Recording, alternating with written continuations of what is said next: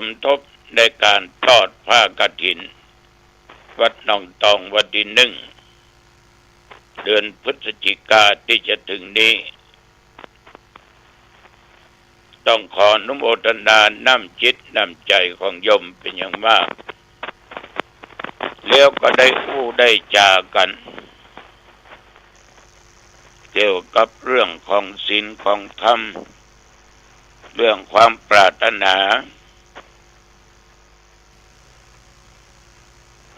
เรื่องความปรารถนาของคนนี้ญาติโยมมันก็มีมาตั้งแต่ไหนแต่ใดบางครั้งเวลาทำบุญอุทานเอากระตั้งสัจจะวาจาขอให้เกิดนั้นเกิดนี้แก่ตัวแก่ตนเองขอได้พบขอได้ปะขอได้สมปรารถนาทุกสิ่งทุกอย่างพระเจ้าได้กล่าวไปหลายครั้งว่าความปรารถนานั้นมันจักสมจริงเมื่อเรามีจิตอันตั้งมั่นเป็นสัจจะโดยจิตเป็นสัจจะมักจะสมปรารถนาเหมือนมีครั้งหนึ่งในสมัยครั้งพุทธเจ้ามีพระชนมายุอยู่ความปรารถนาของพระเจ้าพิมพิสารพระเจ้าพิมพิสารนี่ญาติโยมได้ฟังธรรมะจากพระพุทธเจ้าก็ได้บรรลุโสดาบันพระองค์ท่านนั้นตั้งความปรารถนาไว้อยู่5 ประการถ้าจำว่าผิด 1. ขอข้าพเจ้าได้อภิเษกเป็นพระเจ้าแผ่นดินในแคว้นมคธนี้ความปรารถนาของพระเจ้าพิมพิสารก็ได้เป็นพระเจ้าแผ่นดินแท้ในแคว้นมคธแท้ 2. ขอต้านผู้เป็นพระอรหันต์ผู้รู้เองโดยชอบคือมาในแคว้นของข้าพเจ้าผู้ได้อภิเษกเป็นพระเจ้าแผ่นดินแล้วอันนี้ก็สมปรารถนาของพระเจ้าพิมพิสาร 3. ขอข้าพเจ้าได้เข้าไปนั่งใกล้พระอรหันต์นั้นในที่สุดพระเจ้าพิมพิสารก็สมปรารถนา 4. ขอพระอรหันต์นั้นแสดงธรรมแก่ข้าพเจ้าพระเจ้าพิมพิสารก็ได้รับฟังพระธรรมเทศนาจากพระอรหันต์ 5. ขอข้าพเจ้าพึงรู้ทั่วถึงธรรมของพระอรหันต์นั้นๆพระเจ้าพิมพิสารก็สมปรารถนาทุกสิ่งทุกอย่างญาติโยมเวลานั้นพระเจ้าพิมพิสารได้กราบทูลถึงที่มีจิตอันเป็นศรัทธามีสัจจะวาจามีความประสงค์ทูลแก่องค์สมเด็จพระสัมมาสัมพุทธเจ้า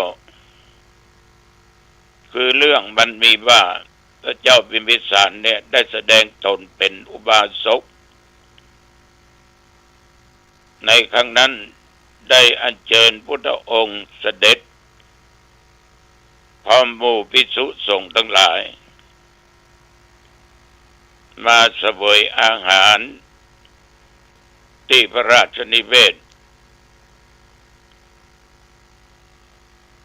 เมื่อเสด็จลุกจากที่ประทับถวายอภิวาทแล้วก็ประทักษิณเสด็จกลับ ฉะนั้นญาติโยมท่านผู้ฟังทั้งหลายความปรารถนาจะสมปรารถนาได้ดังที่ทุกเจ้าได้กล่าวว่าต้องมีสัจจะคือคนเราต้องมีสัจจะอยู่ในจิตในใจจะปรารถนาสิ่งใดสิ่งใดก็ตามมันจะไม่สำเร็จผลเหมือนญาติโยมบางท่านบางคนตั้งความปรารถนาว่าสาธุสาธุสาธุบุญกุศลที่ข้าพเจ้าได้กระทำกาลบัดนี้ขอข้าพเจ้าถูกลอตเตอรี่รางวัลที่1กันเถอะแล้วข้าพเจ้าจะได้กลับมากินมาทานนะไอ้ตอนเนี้ยก็แสดงว่าโดยความที่มาทำนั้นนะอยากจะได้โภคทรัพย์สมบัติก็เกิดความโลภขึ้นถ้าถูกจะมาทำบุญอีกแต่ถ้ามันไม่ถูกล่ะ ก็ไม่มาข้ออย่างอธิษฐานอย่างยากนักที่จะสมปรารถนาถ้าข้าพเจ้ามีโอกาสมีบุญวาสนาใดก็ตามวันข้างหน้ามีโอกาสข้าพเจ้าจักทำบุญจักรักษาศีลต่อไปอย่างที่จะพอจะแขวนน้อยอันนี้อย่าถูก6 ล้าน12 ล้านได้จะมาทาน มันเป็นคนละทางเพราะความปรารถนาเหล่านั้นประกอบด้วยกิเลสคือความอยากความโลภฉะนั้นญาติโยมเหมือนกัตมาภาพเคยปั่นโจกปั่นใจว่าขอญาติโยมจงมีอายุวันนะสุขะพละเหมือนกันทุกท่านทุกคนเนอะอายุนั้นจะยืนยาวจะมากจะน้อยมันอยู่ที่ตัวบุคคลโยมต้องปฏิบัติคนที่มีอายุยืนนั้นคือคนมีศีลบ่ฆ่าบ่เบียดเบียนบ่ทรมานสัตว์เมื่อเฮาบ่ภาคชีวิตไปเอาเกิดมาก็มีอายุ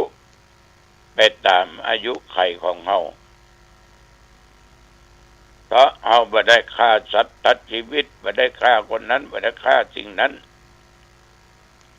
แต่เอาฆ่าตัวกิเลสฆ่าตัณหาฆ่าความโลภความโกรธความหลงอีกประการหนึ่งต้องรักษาสุขภาพต้องรู้จักกินต้องรู้จักอยู่ถ้าอย่างนี้พอจะมีอายุตามปรารถนาได้และสำคัญมีสติว่าตั้งด้วยความประมาทฉะนั้นความปรารถนาเป็นสิ่งที่เราต้องการต้องมีสัจจะมีวรรณะผิวพรรณผ่องใสอิ่มเอิบวรรณะจะผ่องใสเพิ่นบอกว่าคนที่วรรณะบ่ผ่องใสนั้นเพราะเป็นคนมีจิตใจดำอำมหิตขี้โกรธขี้เกียจขี้อาฆาตพยาบาทมาดร้ายโยมลองสังเกตดูคนที่ขี้โกรธนั่นหน้ามันงามวะไป ลงหน้าบุดหน้าบึ้งหน้าเอวหน้าย่นกัดเกวกัดกลางตั้งหูดังพึดโหปากไม่กำลูกปืนนั่นพัดงามมันก็บางงามฉะนั้นขี้โกรธขี้เกียจอาฆาตพยาบาทผิวพรรณวรรณะจะบดี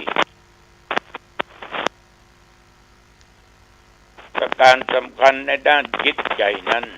ต้องปล่อยวางปล่งวาง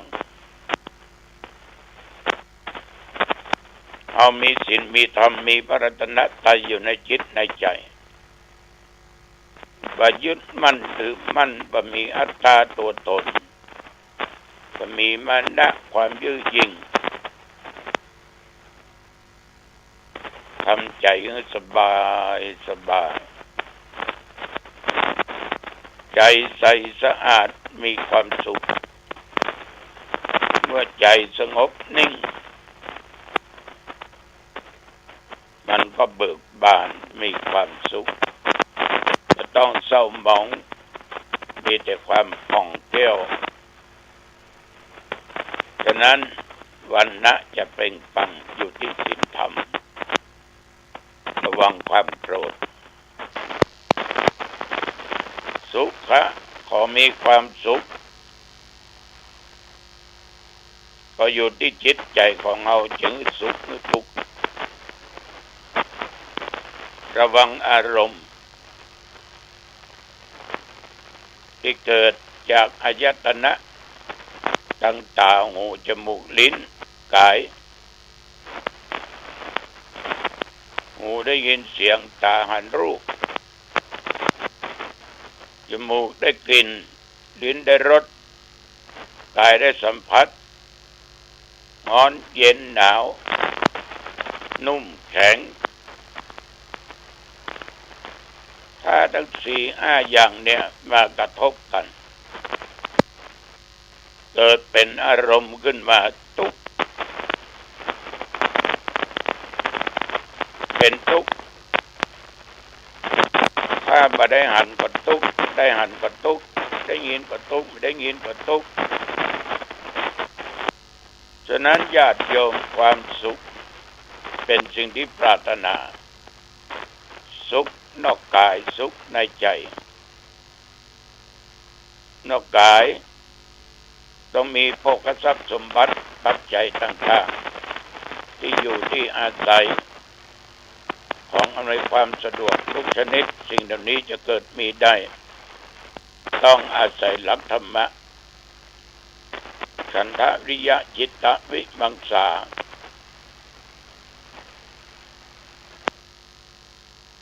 แล้วอีกประการหนึ่งพละคือกำลังใจอาศัยศีลอาศัยธรรมอาศัยความปล่อยวางปล่งวางฝึกจิตฝึกใจเข้มแข็งจนถึงจุดปล่อยวางปล่งวางได้ถ้าบ่ปล่อยวางบ่ปล่งวางพลังความชั่วจะเกิดถ้าเราปล่อยวางปล่งวางมีศีลมีธรรมพลังแห่งความดีจะบังเกิดจากการปฏิบัติความสุขภายนอกต้องดิ้นรนเสาะหารู้จักเก็บรักษารู้จักคบเพื่อนดีรู้จักจกจักจ่ายต้องเว้นทางอบายมุขบ่ดื่มบ่เมาบ่เล่นมีเพื่อนที่เป็นอันธพาลบ่ขี้คร้านญาติโยมท่านผู้ฟังนั่นคือพลังที่เราสร้างขึ้นจะมีความสุขภายนอกเกิดขึ้นบ่อยากภัยติฉินนินทาก็จงมีศีลมีธรรมอยู่ในจิตในใจมีแล้วก็ยังว่าก็ยังด่าก็อุเบกขาวางเฉยบ่ดีใจบ่เสียใจปล่อยวางปล่งวางจิตเรามีพลังเป็นเกราะคุ้มกัน ทุกสิ่งทุกอย่างได้อันเนี้ยโยมทั้งหลายทุกอย่างจะสำเร็จผลได้อยู่ที่ตัวเฮาทุกคนขอฝากไว้แค่นี้วันนี้กินก็ง่ายแล้วจะไปที่วัดต้นเฮือนวัดสวนตุเจ้าเจหรือวัดเทพประสิทธิ์ตำบลบ้านแหวนหางดง